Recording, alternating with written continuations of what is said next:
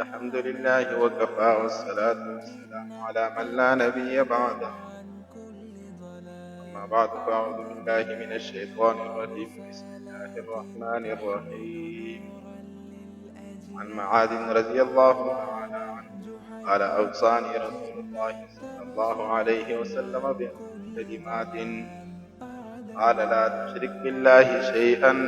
وإن قتلت وحرقت ولا تحقن والديك فإن أمراك أن تخرج من أهلك ومالك ولا تتركن صلاة مكتوبة متعمدا فإن من ترك صلاة مكتوبة متعمدا فقد برئت منه ذمة الله. ولا تشربن خمرا فإنه رأس كل فاحشة وإياك والمعصية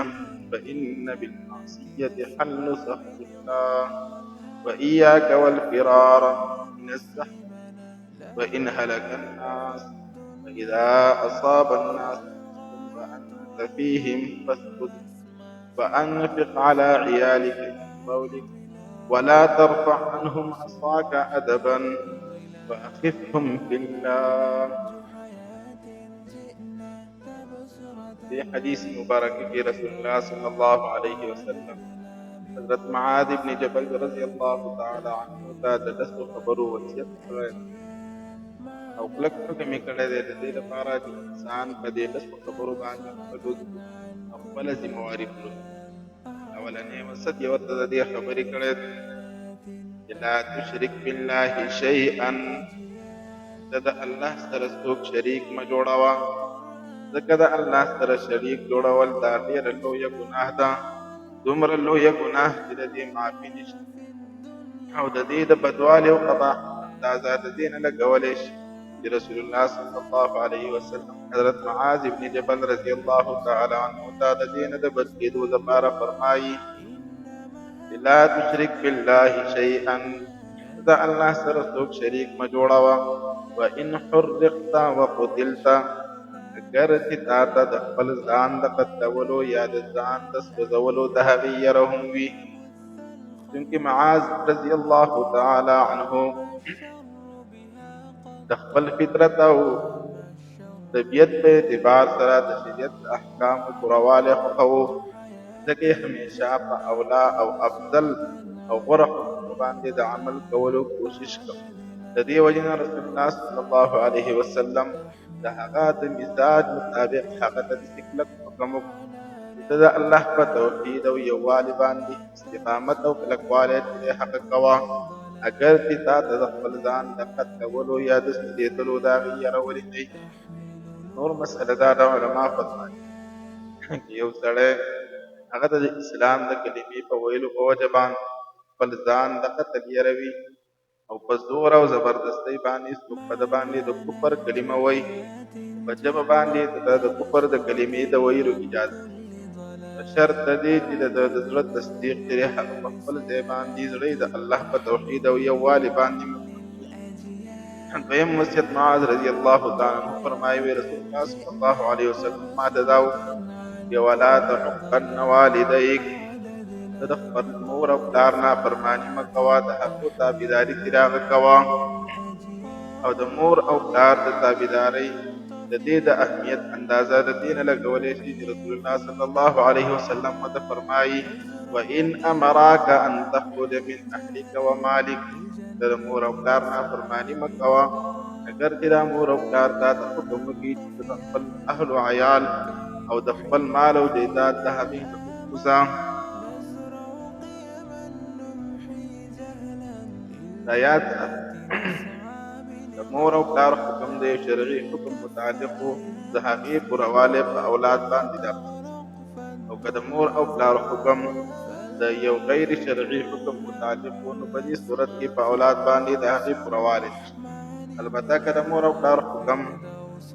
د یو مباح او جایز کار په باره کې و د هغې پورهوالی په اولاد باندې لازم دی په دې شرط باندې چې په هغې کې د فتنې او د فساد د هغې یره نه وي. او دریم وصیت معاذ رضی الله تعالی عنه فرمایي پیغمبر علیه السلام ما ته دا وکړه ولا تتركن صلاة مكتوبة متعمدا دا قصدا عمدا بغیر د عذر نه فرض مون مپرېږده لمانځه د هغې پابندي کوه او بیا د پیغمبر علیه الصلات والسلام په قصد باندې د مونږ د پرېښودلو دې لوی ګناه د هغې اهمیت په دې الفاظو سره ښکاره کړو پیغمبر علیه الصلات والسلام فرمایل فإن من ترك صلاة مكتوبة متعمدا چا چې قصدا عمدا بغیر د عذر نه فرض مونږ چې هغه پرېښود فقد برئت منه ذمة الله تحقیق سره د هغه نه د الله ذمواري ختمه شوه یعنې هغه د الله په امن کې د الله په امان کې باقي پاتې نه شو نه په دنیا کې او نه په آخرت کې په دنیا کې خدا شرعي حکومت شرعي احکامو حفاظ وي اسلامي حکومت په هغه له تعذیرا سزا چې د هغه ورکړي او په آخرت کې مونږ پرېښودونکی به د الله رب العزت په سخت عذاب کې مبتلا وي څلورم وصیت یې راته دا وکړو ولا تشربن خمرا د شراب بس بیا د پیغمبر علیه الصلات والسلام د هغې قباحت او بدوالی په دې الفاظو بیان فانه رأس كل فاحشة ځکه شراب څښل دا د هر ګناه او د معصیت او د نافرمانۍ د هغې بنیاد او جرړه ده او پنځم وصیت یې ورته و ایاک والمعصیه د ځان د الله د نافرمانۍ نه د ګناه کولو نه د هغې نه ساتي ځکه ګناه د الله نافرماني کول دا دومره بد او ناکاره څیز دی پیغمبر علیه السلام ورته فرمایي فإن بالمعصیة حل سخط الله د الله په نافرمانۍ او ګناه کولو سره د الله غصه او د الله ناراضتیا چې د هغه لازمي او د الله د غصه او د الله ناراضتیا دا ډېر بد څیز دی او شپږم وصیت یې ورته کړی دی و ایاک والفرار من الزحف د ځان د میدان جهاد نه د تېښتې نه د هغې نه وساته ځکه میدان د جهاد نه تېښته کول دا ګناه کبیره ده او بیا د دې اهمیت د پیغمبر علیه الصلات والسلام په دې الفاظو سره فرمایي و ان هلک الناس اگر که ستا ملګري ټول مجاهدین هغه شهید شي او ته یوازې په میدان د جهاد کې پاتې شي بیا هم د میدان د جهاد د هغې نه تېښته مه کوه اوم وصیت به فرمایي واذا اصاب الناس موت کله چې خلکو ته د وبایي مرض د وجې نه مرګ ورسي یعنې یو علاقه کې وبایي مرض خور شي او د هغې د وجې نه خلکو ته مرګ رسي خلک مړه کېږي وانت فیهم او ته په دغې علاقه کې فثبت نو په دغې علاقه کې کلک اوسېږه او د دې علاقې نه وځه مه او دا وصیت پیغمبر علیه الصلات والسلام معاذ رضی الله تعالی عنه ته د عقیدې د کمزورۍ نه د بچ کېدلو دپاره کړی او مسله دا د علما فرمایي کله چې یو علاقه کې وبایي مرض خور شي نو دغې علاقه کې چې څوک دي د هغوی دپاره د دغې علاقې نه بهر ته وتل دا جایز او که څوک د دغې علاقې نه په تښتېدلو نه ګناه کبیره ده څنګه چې د میدان د جهاد نه تښتېدل هغه ګناه کبیره ده او څوک چې د دې علاقې نه د مخکې نه بهر وي هغوی له دې علاقې ته راتلل چې د هغه نه دي په کار کوم علاقه کې چې وبا چې د حق ورشي او اتم نصیحت وته وصیت وته کوي فرمایي وانفق على عيالك من قولك د خپل وس مطابق په خپل کور والو باندې خوراک څښاک په لباس او خرچه کې خپل مال لګوه په هغوی باندې خرڅ کوه یعنې بخل هم مه کوه کومتوب چې ورته ویلی کېږي او اسراف او فضول خرچي هم مه کوه بلکې میان روي اختیار کړه د خپل وس مطابق په هغوی باندې خرچ چې د هغه کوه او نهم وصیت ورته کوي ولا ترفع عنهم عصاک ادبا چې ستا امسا دې د هغوی نه د ادب دپاره اوچته نه شي یعنې د هغوی د ادب تعلیم او تربیت د هغې خیال ساته او که په دې ادب او تعلیم ورکولو کې د همسا یعنې د وهلو ضرورت راپېښ شي د هغې نه هم مه اړوه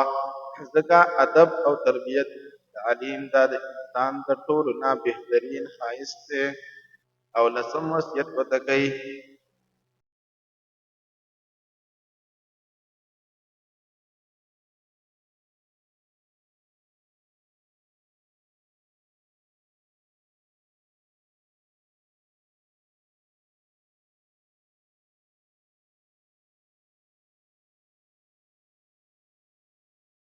وحبهم في الله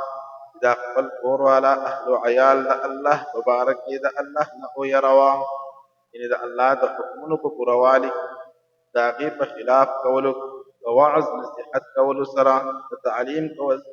ورکولو سره دې د الله نه ویروه دغه رنګې په ښه اخلاق ورکولو خپله ښه اخلاق لکه غریبانانو ته خوراک ورکول د یتیم سره ښه سلوک کول شو د ګاونډیانو سره ښه سلوک کول شو د دې په باره کې په تعلیم او تربیت وعظ او نصیحت سره دې د الله د هغه ویروه نو دغه لس وصیتونه رسول الله صلی الله علیه وسلم معاذ بن جبل رضی الله تعالی عنه ته کړي دي او هر مسلمان له پکار ده دغه لس وصیتونه او لس خبرې دا په خپله زندګۍ کې عملي طور باندې راوړي او په دې باندې عمل وکړي انشاءالله دنیا او آخرت دواړو کې به دې کامیاب الله رب العزت د عمل کولو توفیق راکړي او الله رب العزت دې د رسول الله صلی الله علیه وسلم ټول سنت زموږ او ستاسو په زندګۍ کې عملي طور باندې راولي وآخر دعوانا الحمد لله رب العالمين صلى الله تعالى على خير خلقه محمد وآله وصحبه